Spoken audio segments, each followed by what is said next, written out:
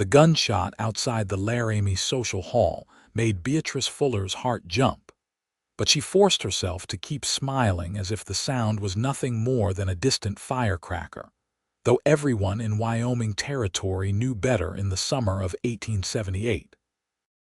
She stood near the refreshment table with her hands folded primly at her waist, watching couples spin across the wooden floor to the lively fiddle music that filled the barn-turned dance hall with its cheerful noise. The scent of pine and dust mixed with lavender water and tobacco smoke, creating the particular perfume of frontier gatherings that she had come to know so well in her 21 years. Beatrice had worn her best dress tonight, the blue calico with the ivory lace collar that her mother had sent all the way from Philadelphia before she passed.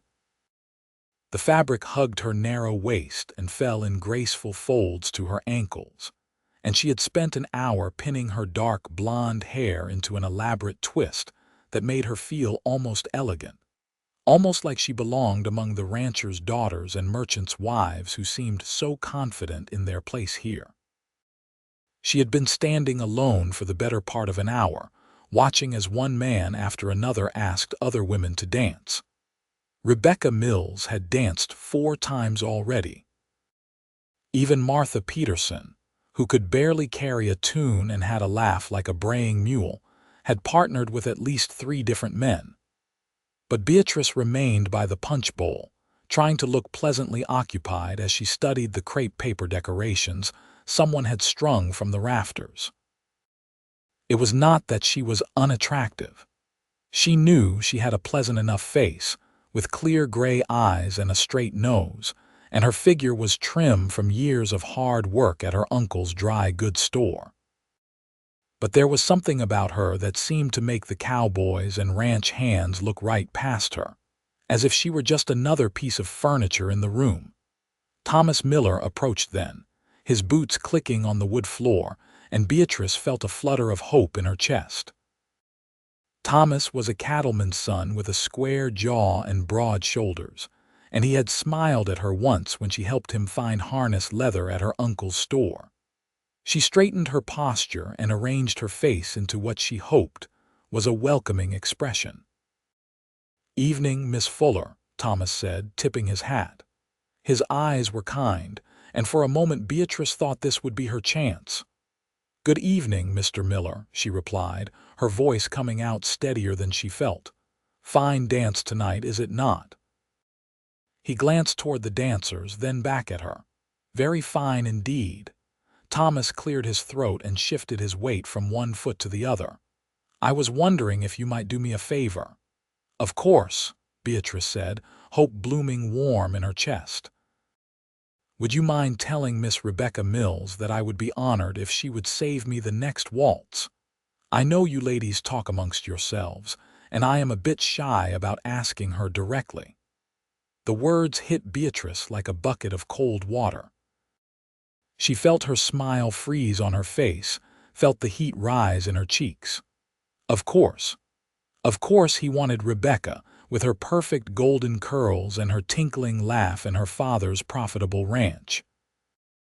"I would be happy to pass along your message," Beatrice heard herself say, though her voice sounded distant and strange to her own ears. "Much obliged," Thomas said, looking relieved. He tipped his hat again and walked away, leaving Beatrice standing there with her hands clenched so tightly that her fingernails bit into her palms. She turned away from the dance floor, blinking hard against the sting in her eyes. She would not cry. She had promised herself she would not cry tonight, no matter what happened.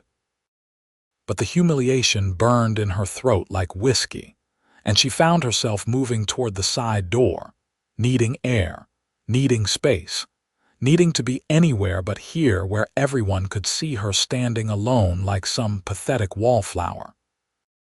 The night air outside was cooler, carrying the scent of sagebrush and distant rain. Beatrice leaned against the rough wooden wall of the hall and pressed her hands to her hot cheeks. Through the walls, she could still hear the fiddle playing, could hear the stomping of boots and the laughter of people who belonged, people who fit, people who were wanted. That was about the coldest thing I have seen all summer, and I spent 3 weeks in the high country where there was still snow on the ground. Beatrice started at the voice and turned to find a tall cowboy leaning against the hitching post a few feet away. She had not noticed him there in the shadows, but now she could see him clearly in the light spilling from the hall's windows. He was older than most of the ranch hands inside, perhaps 26 or 27, with dark hair that needed cutting and sharp features that might have been handsome if not for the hardness around his eyes. He wore dusty trail clothes and a gun belt slung low on his hips, and there was something about the way he stood that suggested a man who was used to trouble. "I beg your pardon," Beatrice said stiffly, embarrassed that he had witnessed Thomas Miller's rejection.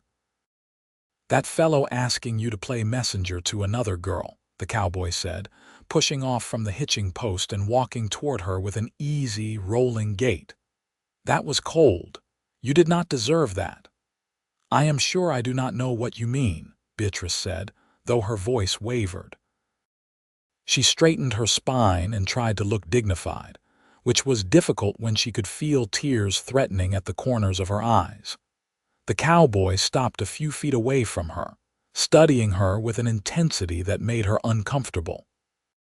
His eyes were dark, almost black in the dim light, and there was something searching in his gaze, as if he could see right through all her careful pretenses. "My name is Vincent Rawlins," he said.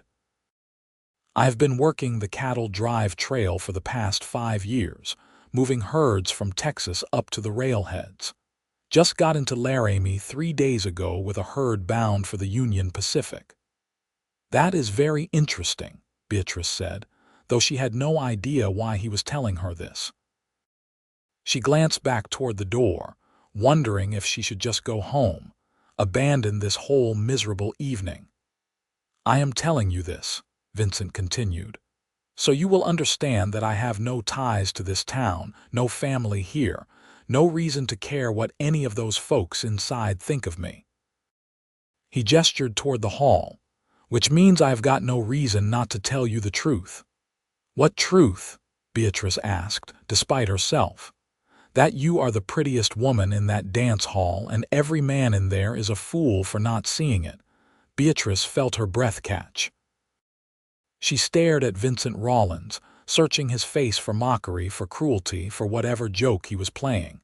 But his expression was serious, almost grave, and there was no hint of deception in those dark eyes. "You do not know me," she said quietly. "No, I do not," Vincent agreed. "But I know what I see, and I see a woman who deserves better than standing on the sidelines while lesser folks get all the attention." He held out his hand. "Dance with me." "What? Dance with me?" he repeated. "Right here, right now, and forget everyone else exists." "But there is no music out here," Beatrice protested weakly, even as something inside her responded to his words, to the absolute certainty in his voice. "Sure there is," Vincent said. "Just listen." And he was right. The fiddle music drifted out through the walls of the hall, muffled but clear enough to follow. Vincent took a step closer, his hand still extended, and Beatrice found herself reaching for it without quite meaning to. His hand was calloused and warm, and when he pulled her into a proper dancing position, she caught the scent of leather and sage and something else, something distinctly masculine that made her pulse quicken. He placed his other hand at her waist, the touch light but firm, and then he was leading her through the steps of a waltz right there in the dusty street. At first, Beatrice was painfully conscious of how ridiculous they must look, dancing in the darkness with no proper floor beneath their feet. But Vincent moved with surprising grace for a cowboy, guiding her smoothly through the turns, and after a few moments, she found herself relaxing into the rhythm. The music from inside the hall swelled and dipped, and Vincent spun her around a water trough, then back again, his eyes never leaving her face. "Why are you doing this?" Beatrice asked, breathless. "Because you looked like you needed someone to see you," Vincent said simply. "And because I have spent 5 years on the trail with nothing but cattle and saddle-sore cowboys for company, and I know what it feels like to be invisible."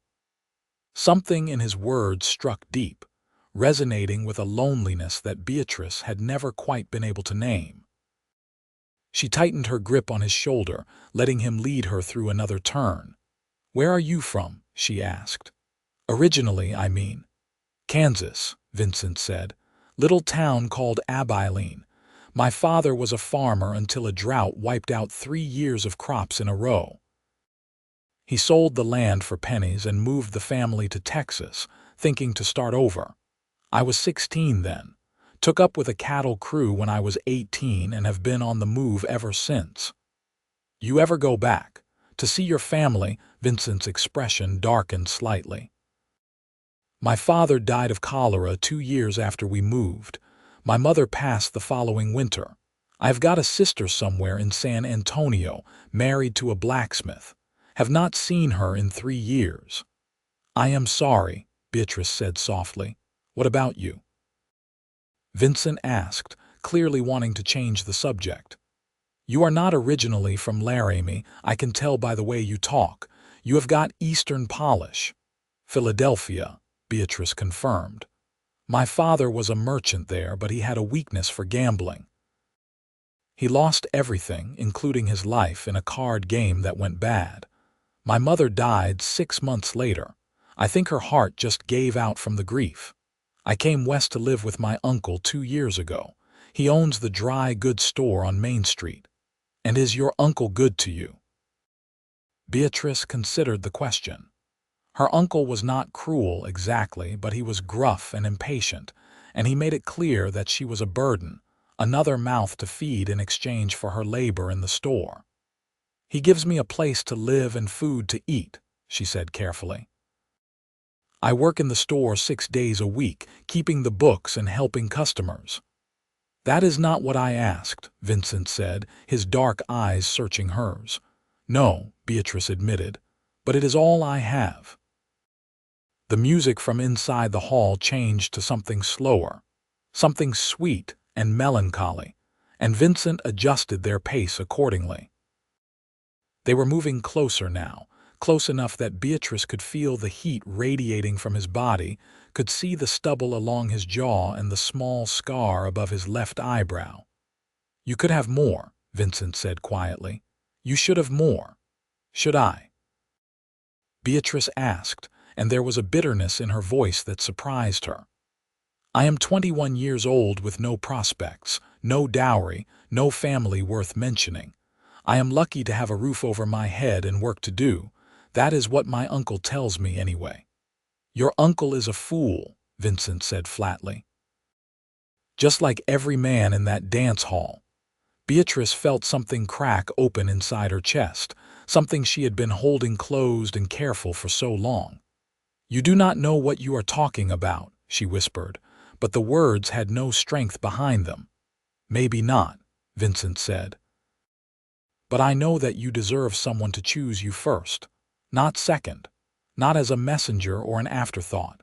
First." The music stopped then, and they stood there in the street, still holding each other in the dancing position, neither of them willing to let go. Beatrice could hear voices from inside the hall, the scraping of chairs, the calls for more refreshments.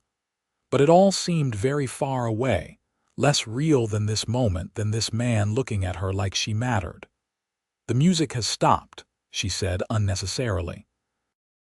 "I noticed," Vincent replied, but he did not step back. "I should probably go back inside," Beatrice said, though she made no move to leave his arms. "You want to?" "No," Beatrice admitted. "I want to stay right here and never go back in there at all." Vincent smiled then, a real smile that transformed his hard face into something almost boyish. "Then stay," he said. "Stay out here with me. We will make our own dance." And so they did. Without music, without anyone watching. Vincent Rawlins led Beatrice Fuller through dance after dance in the dusty street outside the Laramie Social Hall. He told her stories about the cattle trails, about stampedes and river crossings and nights spent under stars so thick they looked like spilled milk across the black canvas of the sky. She told him about Philadelphia, about her mother's garden and her father's laugh before everything went wrong, about the books she had read and the life she had imagined for herself before reality intervened. The dance inside eventually ended, and people began filing out of the hall, heading toward their wagons and horses. A few of them gave Vincent and Beatrice curious looks, but most were too wrapped up in their own conversations to pay much attention. Rebecca Mills walked past on Thomas Miller's arm, chattering away about something, and did not even glance in Beatrice's direction. "You need an escort home?" Vincent asked when the crowd had thinned. "I only live 3 blocks away," Beatrice said, "above the dry goods store." "I will walk with you anyway," Vincent said. "Streets can be dangerous at night." They walked slowly through the quiet streets of Laramie, neither of them in any hurry to reach their destination. The night air had grown cool enough that Beatrice shivered slightly, and Vincent immediately shrugged out of his vest and draped it over her shoulders.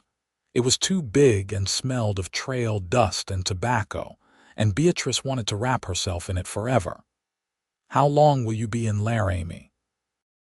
she asked, dreading the answer. "That depends," Vincent said. "On what?" "On whether I have got a reason to stay." Beatrice's heart hammered against her ribs. "The cattle drive," she said. "Your work." "The herd will be loaded onto rail cars by the end of the week," Vincent said.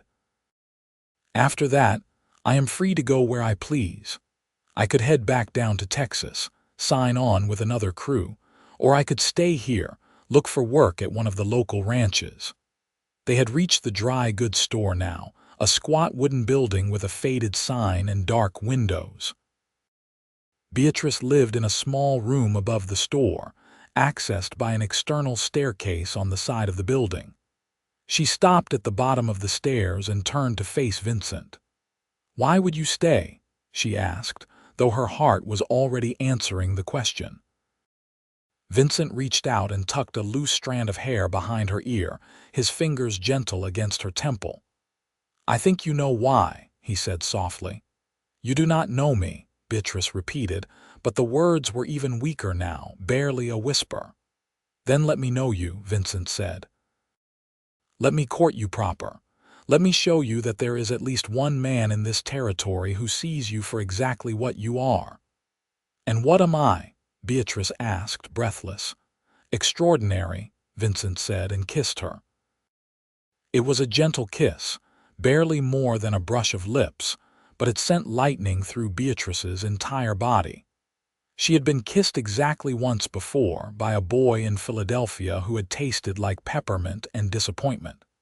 This was nothing like that. This was fire and promise and a door opening onto a future she had never dared to imagine. When Vincent pulled back, his dark eyes were serious. "I mean it," he said. "I want to court you if you will have me."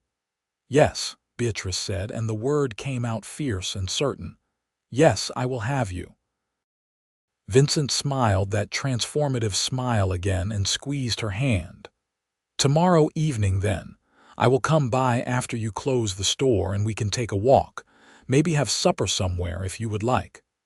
"I would like that very much," Beatrice said. She watched him walk away into the darkness, his tall figure disappearing around the corner onto Main Street. Then she climbed the stairs to her small room, Vincent's vest still wrapped around her shoulders, and lay down on her narrow bed without bothering to undress properly. She stared at the ceiling and replayed every moment of the evening, from the humiliation of Thomas Miller's request to the wonder of dancing in the street with a cowboy who looked at her like she was something precious. Sleep was impossible. Beatrice rose before dawn and dressed carefully, choosing a simple gray work dress and pinning her hair into a neat bun. She made her way downstairs to open the store, as she did every morning, and began the familiar routine of sweeping the floors and dusting the shelves and setting out the merchandise. Her uncle, Edgar Fuller, arrived at 7 o'clock as usual, grumbling about the heat and the quality of the coffee Beatrice had made. He was a stocky man in his 50s with thinning hair and a perpetual scowl, and he ruled his store with an iron fist and a sharp tongue. "You were out late last night," he said, counting the money in the cash drawer with stubby fingers.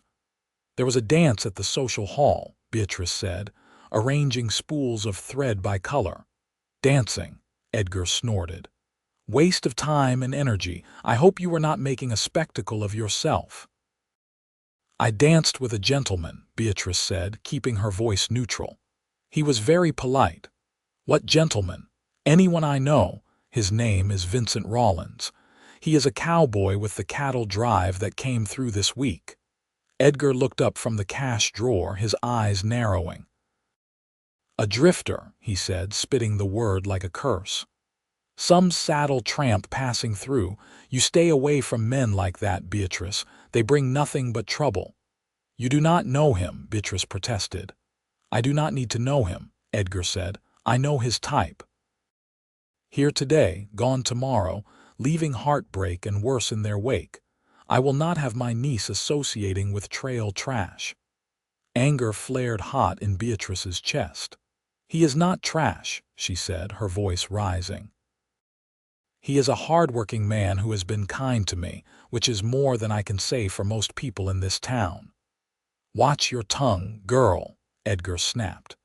"You are living under my roof, eating my food, and you will show me some respect. I forbid you to see this cowboy again. Is that understood?" Beatrice stared at her uncle, at his red face and his mean little eyes, and something inside her rebelled.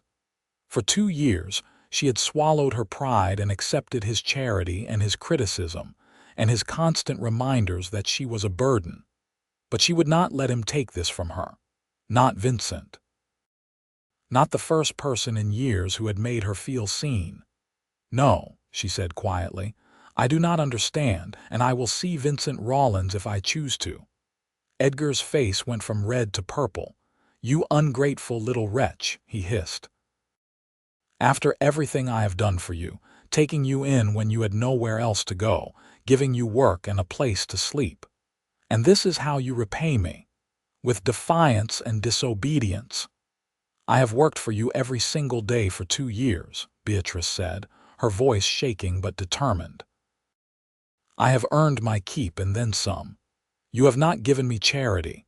You have given me employment, and not particularly generous employment at that. If you are so unhappy here, perhaps you should find somewhere else to live," Edgar said coldly. "See how well you manage on your own with no family and no references." The threat hung in the air between them. Beatrice felt fear twist in her stomach, but she lifted her chin and met her uncle's gaze steadily. "Perhaps I will," she said. The day passed in tense silence. Edgar barely spoke to her except to bark orders, and Beatrice threw herself into her work with grim determination. She helped customers, stocked shelves, balanced the books, and tried not to think about what she had just done, what she had just risked for a man she barely knew. But when the sun began to sink toward the western mountains and Vincent Rawlins appeared in the doorway of the store, hat in hand and a cautious smile on his face, Beatrice knew she had made the right choice. "Miss Fuller," Vincent said, his eyes finding hers across the store. "I hope I am not too early." Edgar looked up from the counter where he had been tallying receipts. His eyes went hard when he saw Vincent. "The store is closed," he said flatly. "We do not want whatever you are selling." "I am not selling anything," Vincent said mildly. "I am here to see Miss Fuller. We have plans this evening." "My niece is not available," Edgar said. "Now get out before I call the sheriff." Vincent's expression did not change, but Beatrice saw his jaw tighten slightly. He looked at her, one eyebrow raised in question, and she knew he was giving her a choice. She could back down, placate her uncle, stay safe in her small room above the store. Or she could choose herself, choose the possibility of something more. Beatrice untied her apron and hung it on the peg by the counter. "I am finished for the day," she said to her uncle. "I will be back later." "If you walk out that door with him, do not bother coming back," Edgar said, his voice low and dangerous. Beatrice felt her heart skip, but she did not hesitate. She walked across the store to where Vincent stood and took his offered arm. "Then I suppose I will not be coming back," she said, and walked out into the evening sunlight. She made it half a block before the reality of what she had just done hit her, and she stopped walking, her hand flying to her mouth. "Oh God," she whispered. "What have I done?" Vincent turned to face her, his expression concerned. "Are you all right?" "I just lost my job," Beatrice said, feeling slightly hysterical. "And my home, I have nowhere to go, I have no money saved. What am I going to do?" "First, you are going to breathe," Vincent said calmly. "Just breathe for a moment." Beatrice drew in a shaky breath, then another. Vincent waited patiently until her breathing steadied, then took both of her hands in his. "Second," he said, "you are going to have supper with me while we figure this out. There is a boarding house on 3rd Street run by a widow named Mrs. Patterson. She is a good woman, and she rents clean rooms at fair prices. I will take you there after we eat, and we will see about getting you a room." "I do not have money for a boarding house," Beatrice said miserably. "I do," Vincent said. "And before you argue, this is my fault. I should not have pressed you to see me when I knew your uncle disapproved. The least I can do is make sure you have a safe place to sleep tonight." "I cannot take your money," Beatrice protested. "You can and you will," Vincent said firmly. "At least until you find other employment. Laramie is not a big town, but there are other stores, other families who need help. You will find something." They ate supper at a small restaurant near the railroad depot, though Beatrice barely tasted the food. Her mind was spinning with the implications of what had happened. She had defied her uncle, lost her home and her job, and thrown her lot in with a cowboy she had met exactly 24 hours ago. It was madness. It was reckless. It was the most alive she had felt in years. Vincent told her more about his life on the trail as they ate, trying to distract her from her worries. He described the vast emptiness of the plains, the way thunderstorms rolled across the horizon like armies marching to war, the stubborn stupidity of cattle, and the strange camaraderie of men who spent months together with nothing but grass and sky for scenery. "You like it?" Beatrice asked. "The trail life," Vincent was quiet for a moment, considering. "I like the freedom of it," he said finally. "The movement, always going somewhere new. But lately I have been thinking it might be time to settle down somewhere, put down roots." "What changed?" Beatrice asked. Vincent looked at her, his dark eyes serious.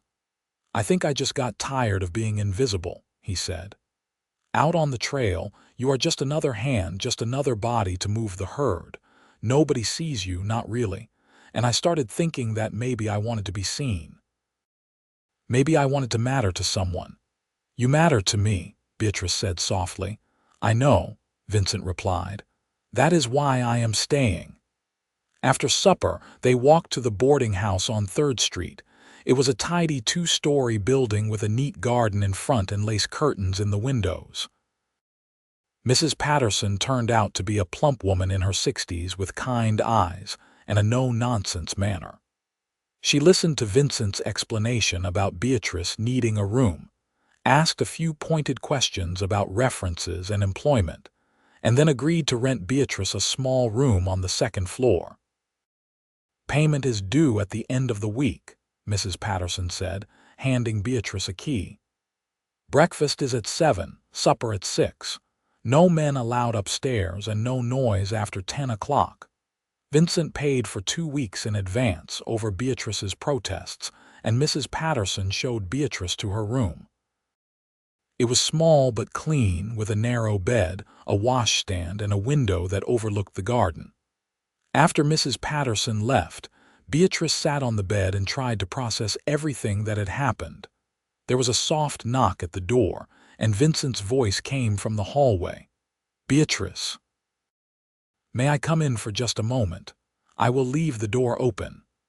"Yes," Beatrice called, and Vincent appeared in the doorway, careful to stay in the hall where Mrs. Patterson could see him if she looked up from the first floor. "I wanted to make sure you were all right," he said. "I am terrified," Beatrice admitted, "but also strangely happy. Does that make sense?" "Perfect sense," Vincent said. "You took a risk today. That is frightening. But you also stood up for yourself, maybe for the first time in a long time. That is something to be proud of." "Thank you," Beatrice said, "for everything. For seeing me last night, for helping me today, for believing I was worth all this trouble." "You are worth far more than that," Vincent said, "and I aim to prove it to you if you will let me." He paused, then added, "I spoke to the foreman of the Circle R ranch this afternoon. They are looking for hands, and he said I could start next week if I want the job. It pays decent and comes with a bunk in the ranch house." "You found a job," Beatrice said, hope flaring in her chest. "You are staying." "I am staying," Vincent confirmed. "I told you I had a reason to. That reason is you." He left soon after, respecting Mrs. Patterson's rules about male visitors, and Beatrice lay down on her new bed in her new room and stared at the ceiling. She thought about her uncle's anger, about the uncertain future stretching before her, about all the ways this could go wrong. But mostly she thought about Vincent's hands in hers, his voice saying she was extraordinary, his kiss in the darkness outside the dance hall. The next morning, Beatrice set out to find work. She visited the dress shop on Main Street, the hotel restaurant, the laundry, anywhere that might need an extra set of hands. Most places turned her away politely, saying they had all the help they needed. But the owner of the hotel restaurant, a harried-looking man named Mr. Chen, paused when she explained her situation. "Can you read and write?" he asked in heavily accented English. "Yes, sir," Beatrice said. "I kept the books for my uncle's store. I can do sums and manage inventory as well." "My daughter usually helps me with the books," Mr. Chen said, "but she just got married and moved to Cheyenne. I could use someone a few hours each day to keep the accounts straight. Cannot pay much, but it would be something." "I will take it," Beatrice said immediately. "When can I start?" She began work that very afternoon, sitting at a small desk in the back of the restaurant kitchen and sorting through receipts and ledgers. The work was familiar and soothing, and Mr. Chen proved to be a kind employer who brought her tea and rice cakes while she worked.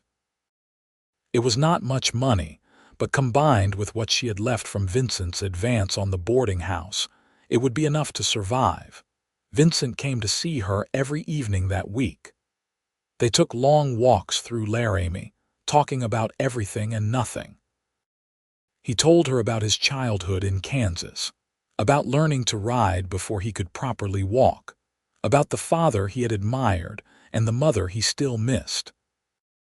She told him about her life in Philadelphia, about the scandal of her father's death and her mother's decline, about the books she loved and the dreams she had abandoned. "What were your dreams?" Vincent asked one evening as they sat on a bench overlooking the Laramie River. "Foolish things," Beatrice said, embarrassed. "I wanted to be a teacher maybe, or work in a library. I loved books, loved learning. But after my father died, there was no money for teachers' college, and then my mother passed and I had to come here, and dreams seemed like a luxury I could not afford." "Why are dreams a luxury?" Vincent asked. "Why can you not still become a teacher?" "I am 21 years old with no education beyond what I taught myself," Beatrice said. "No school would hire me." "What about starting your own school?" Vincent suggested. Laramie is growing. There are families moving in all the time, and the current schoolhouse is overcrowded. I bet there are parents who would pay for private lessons, especially for reading and writing. Beatrice stared at him. I never thought of that, she said slowly. I suppose I could offer tutoring at least, see if there is any interest. You could, Vincent said. And I think you would be wonderful at it. The idea took root in Beatrice's mind and began to grow. She mentioned it to Mrs. Patterson, who immediately offered the use of her parlor for lessons. She put up a notice at the general store and the post office, advertising reading and writing instruction for children and adults. Within a week, she had 3 students: a ranch hand who wanted to learn to read, a widow who needed help teaching her 2 children, and a young Chinese girl whose father worked with Mr. Chen and wanted his daughter to learn English. Between her bookkeeping work at the restaurant and her teaching, Beatrice found herself busier than she had ever been at her uncle's store. But it was a different kind of busy, a purposeful busy that left her tired but satisfied at the end of each day. And every evening, Vincent was there, waiting to walk with her, to talk with her, to slowly and surely weave himself into the fabric of her life. They had been courting for 3 weeks when Vincent asked her to come see the Circle R ranch where he had started working. It was a Saturday, and Beatrice had the afternoon free. Vincent borrowed a wagon from the ranch and drove her out across the rolling grassland, pointing out landmarks and telling her stories about the ranch hands he worked with. The Circle R was a sprawling operation with hundreds of acres of grazing land and a large main house surrounded by outbuildings. The owner, Robert Riker, was a gruff but fair man in his 60s who had built the ranch from nothing over 30 years. Vincent introduced Beatrice to him, and Mr. Riker studied her with shrewd blue eyes. "So you are the young lady who has convinced my newest hand to give up the trail life," Mr. Riker said. "Must be something special about you." "Vincent makes me feel special," Beatrice said honestly. "That is a rare gift." Mr. Riker nodded approvingly. "He is a good worker," he said. "Best hand I have hired in years. If he decides to stay on permanent, there is a place for him here." Vincent showed Beatrice around the ranch, introducing her to the horses in the stable and the hands in the bunkhouse. They were a rough crew, sun-weathered and taciturn, but they treated Vincent with respect and Beatrice with careful courtesy. She could see that Vincent had found his place here, that he moved through the ranch with confidence and purpose. "You like it?" Beatrice asked as they walked back toward the wagon. "Really like it." "I do," Vincent said. "It is good to have a place to belong, work that matters, people who depend on you. I have been drifting for so long that I forgot what it felt like to put down roots." "I am glad you found somewhere," Beatrice said. "I found someone too," Vincent said, stopping and turning to face her.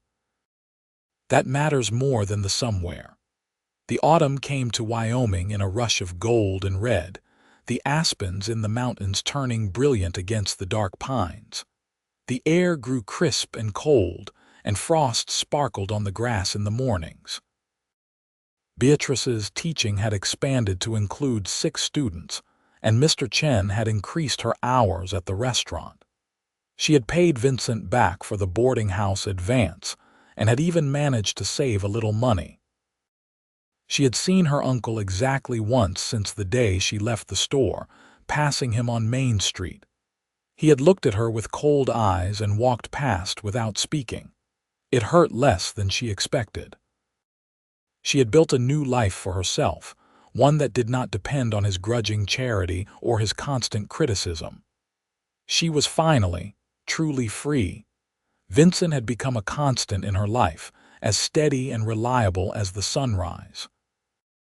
He took her to church on Sundays, brought her wildflowers he picked on the range, fixed the loose window in her boarding house room that rattled in the wind. They talked about everything from politics to poetry, and discovered that they shared a love of stories, a tendency toward stubbornness, and a bone-deep need to be truly seen by another person. It was late October when Vincent asked her to take another ride out to the Circle R. The day was cold but clear, and Beatrice bundled herself in her warmest shawl as they drove out across the grassland. But instead of heading to the main ranch house, Vincent guided the wagon toward a small cabin set back from the other buildings, nestled against a stand of cottonwood trees. "What is this?" Beatrice asked. "Line shack," Vincent said, helping her down from the wagon. "Used by hands who are working the far pastures and need a place to sleep. But this one has not been used in years because we do not run cattle in this section anymore." He led her inside. The cabin was small, just 2 rooms, but it was solidly built with a stone fireplace and good windows. It was dusty and clearly abandoned, but Beatrice could see the bones of something wonderful beneath the neglect. "Mr. Riker said I could have it," Vincent said, watching her face carefully. "If I want to fix it up, it is mine to use. He said a married hand needs more privacy than a bunkhouse can provide." Beatrice's heart stopped. She turned slowly to look at Vincent, who had removed his hat and was holding it in both hands, his expression nervous and hopeful. "I am asking if you will marry me," Vincent said. "I know we have only known each other for 3 months, and I know you could probably do better than a cowboy with nothing but a borrowed cabin and some saved wages. But I love you, Beatrice. I loved you from the moment I saw you standing outside that dance hall, looking like your heart was breaking but refusing to cry. And I want to spend the rest of my life making sure you never feel invisible again." Beatrice could not speak around the lump in her throat. She crossed the dusty floor and threw her arms around Vincent's neck, and he caught her and held her tight, his face buried in her hair. "Yes," she managed to whisper. "Yes, I will marry you. I love you so much it terrifies me." "I am terrified too," Vincent admitted. "But I figure if we are terrified together, maybe it will not be so bad." They were married 3 weeks later in the small church on 3rd Street. Mrs. Patterson stood as Beatrice's witness, and Mr. Riker stood for Vincent. There were perhaps a dozen people in attendance, including Mr. Chen and his family, Beatrice's students and their parents, and a few hands from the Circle R. It was nothing like the grand wedding Beatrice had imagined as a girl in Philadelphia, but it was perfect in its own way, filled with people who had chosen to be there, who cared about her and Vincent and wanted to see them happy. Beatrice wore a simple cream-colored dress that Mrs. Patterson had helped her sew, and she carried a bouquet of late-blooming prairie roses that Vincent had gathered for her. Vincent wore his best shirt and a new vest, and when he took her hands and spoke his vows, his voice was steady and sure. "I promise to see you," he said. "Every day for the rest of my life. I promise to choose you first, to stand beside you, to build a life with you that is everything you deserve." "I promise to stand with you," Beatrice replied, tears streaming down her face. "To believe in you, to build our home and our dreams together. I promise to never let you be invisible again." They moved into the line shack that very evening. Over the previous 3 weeks, Vincent had worked every spare moment to make it habitable. He had patched the roof, replaced the broken windows, cleaned away years of dust and debris. Beatrice had sewn curtains and brought what few possessions she owned from the boarding house. It was not much, but it was theirs, and that made it precious. The winter that followed was harsh, with blizzards that buried the cabin in snow and temperatures that dropped so low the water in the basin froze solid. But inside the cabin, Beatrice and Vincent built their life together. Vincent worked the ranch during the day, and Beatrice continued her teaching and bookkeeping. In the evenings, they cooked simple meals together, sat by the fire reading aloud from the books Beatrice loved, talked about their dreams for the future. Vincent proved to be a thoughtful and attentive husband.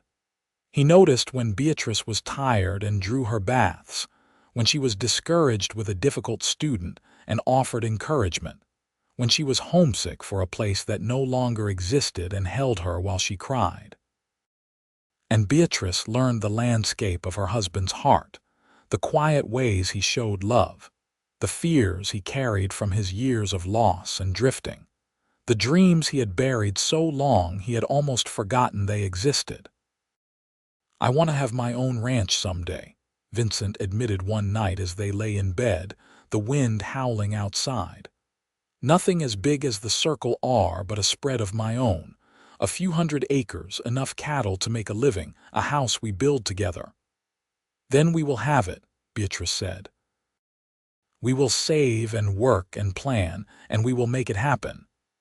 "You make me believe things are possible," Vincent said, pulling her close. "Before I met you, I was just going through the motions, moving from one job to the next without any purpose. Now I have a reason to want things, to work towards something better." "You gave me that too," Beatrice said. "A reason to want more than just survival." In the spring, Beatrice discovered she was pregnant. The realization came slowly, with missed courses and morning sickness that made her teaching schedule difficult. When she finally told Vincent, he picked her up and spun her around the cabin, whooping with joy like a child. "We are going to have a baby," he kept saying, as if he could not quite believe it. "A real family." "Were we not a real family before?" Beatrice teased. "You know what I mean," Vincent said. "A child, someone to raise and love and teach, someone who will never doubt that they are wanted." The pregnancy was not easy. Beatrice was sick through the first few months, and as summer arrived and she grew larger, the heat made everything worse. But Vincent was endlessly patient, bringing her water and cool cloths, taking over all the cooking, rubbing her aching back and swollen feet. Mr. Chen reduced her hours at the restaurant, and Mrs. Patterson offered to take over some of her teaching duties until after the baby arrived. Their son was born in late October, a year and a day after Vincent had proposed in the line shack. It was a difficult birth that lasted nearly 20 hours, and there were moments when Beatrice thought she might die, when the pain was so intense she could not imagine surviving it. But Vincent stayed by her side the entire time, holding her hand, wiping her forehead, whispering encouragement until finally, the baby emerged with a fierce cry that echoed through the cabin. They named him William, after Vincent's father, and from the moment Beatrice held him, she understood what people meant when they talked about love that changed everything. William had Vincent's dark hair and Beatrice's gray eyes, and he was perfect in every way that mattered. Vincent was a devoted father from the start. He built a cradle with his own hands, carved toys from scraps of wood, sang lullabies in a surprisingly sweet voice. He would hold William for hours, just watching him sleep, marveling at the tiny fingers and toes, the way the baby's mouth moved as he dreamed. "I never thought I would have this," Vincent said one evening as he rocked William to sleep. "A family, a home, something that was truly mine." "He is ours," Beatrice corrected gently. "We made him together." "I know," Vincent said. "That is what makes it so perfect." The years passed in a rhythm of work and joy and the small challenges that came with building a life together. William grew from a baby into a curious toddler, then an energetic little boy who followed his father everywhere and asked endless questions about horses and cattle and everything else under the sun. Beatrice expanded her teaching, eventually opening a proper small school in a building that Mr. Chen helped her rent. Vincent continued working for Mr. Riker, steadily saving money toward the ranch of his own that he dreamed about. When William was 4 years old, Beatrice gave birth to their second child, a daughter they named Grace. She was smaller and quieter than William had been, with blonde hair that curled at the ends and a thoughtful disposition. William adored his baby sister immediately, insisting on helping with everything from diaper changes to feeding time. The line shack had grown cramped with 4 people, and Vincent began talking seriously about finding land of their own. Mr. Riker, who had become something of a mentor to Vincent, mentioned that there was a parcel for sale adjacent to the Circle R, 200 acres with water rights and good grazing land. "I cannot afford that," Vincent said, discouraged. "We have saved a decent amount, but not enough for something like that." "What if I lent you the rest?" Mr. Riker suggested. "You could pay me back over time, plus a fair interest." "I would rather see that land in the hands of someone I trust than let it go to some stranger who might not take proper care of it." Vincent and Beatrice talked long into the night about the offer. It was a risk, taking on debt when they had 2 small children to feed. But it was also an opportunity, a chance to finally have the ranch that Vincent had dreamed about. "I think we should do it," Beatrice said finally. "We have worked so hard for this.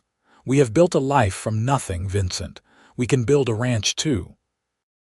They bought the land in the spring of 1883, 5 years after they had met at the dance in Laramie. Vincent threw himself into the work of building up the ranch with the same determination he had shown in everything else. He bought a small herd of cattle with their savings, hired on occasional help during branding season, worked from before dawn until after dark 7 days a week. Beatrice managed the ranch finances with the same careful attention she had brought to her teaching. She kept meticulous records, found ways to save money, took on extra bookkeeping work for other ranchers to bring in additional income. Between the 2 of them, they slowly transformed the raw land into a working ranch. They built a house together, a real house with 3 bedrooms and a proper kitchen and a porch that looked out over the grassland. It took 2 years of work, done in spare moments when Vincent could afford to take time away from the cattle. But when it was finally finished, when they moved their family out of the line shack and into the house they had built with their own hands, Beatrice stood on that porch and cried with happiness. "We did it," she said, holding Vincent's hand tight. "We actually did it." "You did it," Vincent said. "I was just drifting before I met you. You gave me something to build toward." "We gave each other that," Beatrice said. "We chose each other and everything else followed." Their ranch, which they had named the Double V Ranch, grew steadily over the years. Vincent proved to have a gift for breeding cattle, producing healthy stock that sold well at market. Beatrice's school continued to thrive, and she became known throughout the county as an excellent teacher. William grew into a responsible young man who loved the ranch as much as his father did, and Grace showed an early talent for numbers that made Beatrice proud. When William was 12 and Grace was 8, Beatrice discovered she was pregnant again. It was unexpected at her age, 36 now, and the pregnancy was harder than the previous 2. But their 3rd child, another son they named Joseph, arrived healthy and strong, with his father's determination and his mother's thoughtful nature. Vincent was 41 when Joseph was born, and he sometimes joked that he was getting too old to chase after cattle and small children both. But Beatrice could see the joy in his eyes every time he held Joseph, the same wonder he had shown with William and Grace. "I never get tired of it," Vincent admitted one evening as they sat together on the porch, watching the sun set over their land. Joseph was asleep in Beatrice's arms, and the older children were doing chores in the barn. "The miracle of it, that we made this. The children, the ranch, this whole life. It is a miracle," Beatrice agreed. "I think about that girl standing outside the dance hall, feeling so alone and invisible. I want to tell her that it gets better, that someone will see her and everything will change. I think about that cowboy who was drifting from job to job, thinking he did not deserve anything permanent," Vincent said. I want to tell him to stop running. That home is waiting for him if he is brave enough to reach for it." "We were both brave," Beatrice said. "We took a chance on each other when we had no reason to trust that it would work out." "Best decision I ever made," Vincent said, leaning over to kiss her temple. "Dancing with you that night, asking you to forget everyone else existed." "I did forget," Beatrice said. "Everything else just fell away and there was only you, only us." The years continued to pass, marked by the seasons and the rhythms of ranch life. William grew up to be a fine cattleman, taking over more and more of the daily operations as Vincent's back and knees began to protest the hard physical labor. Grace went east for teachers' college, following in her mother's footsteps, and returned to open a school in Cheyenne. Joseph showed an interest in horses and breeding, and Vincent began teaching him everything he knew about bloodlines and training. Mr. Riker passed away when William was 20, leaving the circle R to his nephew. Vincent and Beatrice attended the funeral, grateful for the man who had given Vincent a chance and lent them the money to start their own ranch. The debt had been paid off years earlier, but the gratitude remained. Beatrice's Uncle Edgar died a few years after Mr. Riker, alone in his store after suffering a heart attack.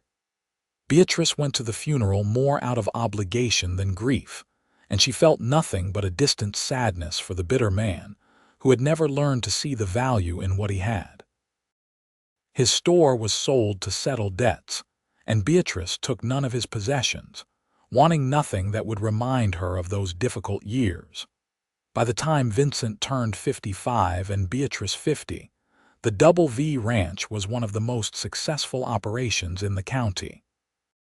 They had expanded to nearly 1,000 acres, ran a herd of 400 head of cattle, and employed several full-time hands. William had married a rancher's daughter named Sarah, and they had given Vincent and Beatrice 3 grandchildren who filled the house with noise and laughter. Vincent's hair had gone silver, and he moved slower than he once had, but his eyes still lit up when he looked at Beatrice across the dinner table or caught sight of her working in the garden she had planted behind the house. And Beatrice, though her face showed the lines of 50 years of life, still felt her heart skip when Vincent took her hand or kissed her goodnight. "You ever regret it?" Vincent asked one evening as they sat together on the porch swing, watching their grandchildren play in the yard. "Leaving your uncle's store that day, taking a chance on a drifter cowboy you barely knew." "Not for a single moment," Beatrice said without hesitation. "You gave me the life I was meant to have. You saw me when no one else did." "You saw me too," Vincent reminded her. "I was just as invisible as you were in my own way. Just another hand, another drifter, but you looked at me like I mattered." "You do matter," Beatrice said. "You matter to me, to our children, to everyone whose life you have touched. You built something real, Vincent. You became exactly the man I always knew you could be." Grace came home for Beatrice's 60th birthday, bringing her husband and 2 children with her. Joseph, now a skilled horse trainer, had his own spread on the south part of the ranch property, where he raised and trained horses for ranchers throughout Wyoming and Montana. The whole family gathered for a celebration that lasted 3 days, filled with food and music and stories about the past. William stood to give a toast on the evening of Beatrice's actual birthday, raising his glass toward his parents. "To my mother and father," he said, "who taught me that love is not just a feeling but a choice you make every single day. Who showed me that family is not just blood but the people you build your life with. Who took nothing and made it into everything." "Hear, hear," everyone echoed, and Beatrice felt tears streaming down her face as Vincent squeezed her hand. Later that night, after everyone had gone to bed, Beatrice and Vincent walked out to the barn where Vincent kept his favorite horse, a gentle mare named Clover. They stood together in the sweet-smelling darkness, listening to the horses shifting in their stalls, and Beatrice leaned her head against Vincent's shoulder. 60 years old, she said. Where did the time go? Into living, Vincent said. Into loving. Into building this life that we get to share. Do you remember what you said to me that first night? Beatrice asked. When you asked me to dance, I said to forget everyone else exists, Vincent said. To dance with me like we were the only two people in the world. That is how I still feel, Beatrice said. Like you are the only person who really sees me, like everything else is just background noise. That is how you make me feel too, Vincent said, turning to face her. In the dim light from the barn lantern, he looked both like the young cowboy she had met 32 years ago and the weathered rancher he had become. All the years and experiences layered together into the man she loved more than anything. Dance with me, Beatrice said suddenly. Like we did that first night. There is no music, Vincent protested, but he was already pulling her into his arms, into the familiar position they had held 1,000 times since that night in Laramie. Sure there is, Beatrice said, echoing his words from so long ago. Just listen. And there was music, in the soft nickering of the horses, in the wind rustling through the grass, in the beating of their hearts pressed close together. Vincent led her through the steps of a waltz right there in the barn, and Beatrice closed her eyes and let herself remember that girl at the dance, feeling invisible and unwanted. She wished she could reach back through time and tell that girl that everything was going to be all right. That a cowboy was going to see her and choose her and build a life with her that was beyond anything she had dared to imagine. Thank you, Beatrice whispered, for seeing me, for choosing me, for giving me this life. Thank you for letting me stay, Vincent replied. For believing I was worth the risk. They danced until the lantern burned low and Clover had fallen asleep in her stall.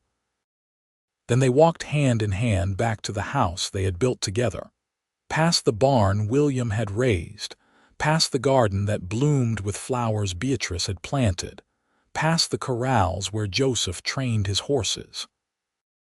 Everything around them was proof of what they had created together, what they had built from nothing but determination and love and the courage to choose each other when there was no logical reason to believe it would work. The years continued to be kind to them.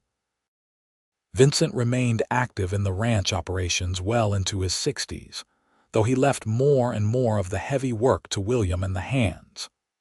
Beatrice reduced her teaching to just a few students, preferring to spend her time with her grandchildren and in her garden. They had 9 grandchildren by the time Vincent turned 70, ranging from William's oldest son James, who was 20 and already helping run the ranch, down to Joseph's youngest daughter Emma, who was barely 2 years old. On their 40th wedding anniversary, their children threw them a party that brought together people from all over the county. Former students of Beatrice's, cowboys Vincent had worked with, ranch families they had helped over the years, all gathered to celebrate the couple who had started with nothing and built something lasting. At one point in the evening, as Vincent and Beatrice were standing together watching their family and friends, a young woman approached them shyly. She was perhaps 18 or 19, with plain features and nervous hands that twisted in her skirt. "Mrs. Rawlins," the girl said. "I hope you do not mind my saying, but I heard the story about how you and Mr. Rawlins met, about the dance where no one would partner with you and how he asked you anyway." "I remember it well," Beatrice said gently. "What is your name, dear?" "Lily," the girl said. "Lily Thompson. I just wanted to say thank you for the story. Sometimes I feel invisible too, like nobody sees me. But hearing about you and Mr. Rawlins, it gives me hope that maybe someone will see me someday too." Beatrice felt her heart clench with recognition and sympathy. She reached out and took Lily's hands in hers. "Someone will see you," she said firmly. But more importantly, you need to see yourself, know your own worth. Do not wait for someone else to tell you that you matter. You matter simply because you exist. But it must help, Lily said wistfully, having someone choose you the way Mr. Rawlins chose you. It does help, Beatrice admitted, but Vincent did not make me worthy of love. He simply recognized what was already there. The same is true for you. Your worth is not dependent on someone else seeing it. Vincent, who had been listening to the conversation, added his own perspective. The truth is, Lily, I was just as invisible as Beatrice was before we met. I was drifting, not mattering to anyone, just existing. We saved each other by choosing to see each other. That is what love does. It does not create value where none existed. It recognizes and honors the value that was there all along. Lily thanked them with tears in her eyes and moved away to rejoin the party. Beatrice watched her go, hoping the girl would find her own Vincent someday, someone who would see her and choose her and help her build the life she deserved. "We have been lucky," Beatrice said to Vincent. "So incredibly lucky." "It was not all luck," Vincent replied. "We worked for this. We chose each other every day, even when it was hard, even when we did not know if we would make it. That was not luck. That was commitment." "You are right," Beatrice said, "but I am still grateful for all of it, for every moment we have had together." Vincent Rawlins passed away peacefully in his sleep at the age of 78, with Beatrice lying beside him just as she had for 55 years. He had been ailing for several months, his heart finally wearing out after nearly 8 decades of hard use. But he had remained sharp and engaged until the very end, joking with his grandchildren, offering advice to William about the ranch, holding Beatrice's hand, and telling her he loved her. The funeral was the largest Laramie had seen in years. Cowboys and ranchers, students and teachers, family and friends all gathered to pay their respects to a man who had lived a good life and left the world better than he found it. Beatrice sat in the front pew surrounded by her children and grandchildren, accepting condolences with grace, even as her heart shattered into a million pieces. After the funeral, after everyone had gone home and the house had fallen quiet, Beatrice walked out to the barn alone. She stood in the same spot where she and Vincent had danced on her 60th birthday, and she let herself cry for the first time since he had died. Great wrenching sobs that shook her entire body, grief pouring out in waves that left her gasping. But even in her grief, even in the terrible emptiness of his absence, Beatrice could feel Vincent's presence. In the ranch they had built together, in the children and grandchildren they had raised, in the life they had created from nothing but courage and love, and a chance meeting at a dance 32 years ago. She lived another 12 years after Vincent's death, and they were good years despite the loneliness. She watched her grandchildren grow up and start families of their own. She attended William's retirement from running the ranch and James's taking over as the new head of the Double V. She held her first great-grandchild, a boy named Vincent after his great-grandfather, and she told him stories about the cowboy who had seen his great-grandmother when no one else did. Beatrice died at the age of 90, surrounded by 3 generations of the family she and Vincent had created. Her last words were to William, who sat holding her hand just as she had held Vincent's all those decades ago. "Tell them," she whispered, her voice barely audible. "Tell them about the dance. Tell them that love is seeing someone, truly seeing them and choosing them anyway. Tell them that everything we built started with that one choice, that one moment of courage." "I will tell them, Mama," William promised, tears streaming down his weathered face. "I will make sure they never forget," and he kept that promise. The story of Vincent and Beatrice Rawlins became a legend in their family, passed down through generations.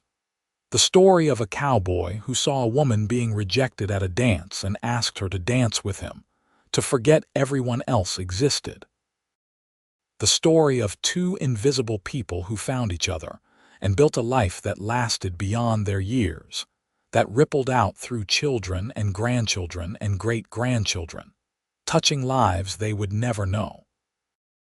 The Double V Ranch remained in the family for over a century, growing and changing with the times, but always carrying the foundation that Vincent and Beatrice had laid. And on the mantel in the main house, there sat a photograph taken on their 40th anniversary, showing an older couple still holding hands, still looking at each other like they were the only two people in the world. Because, in all the ways that mattered, they were.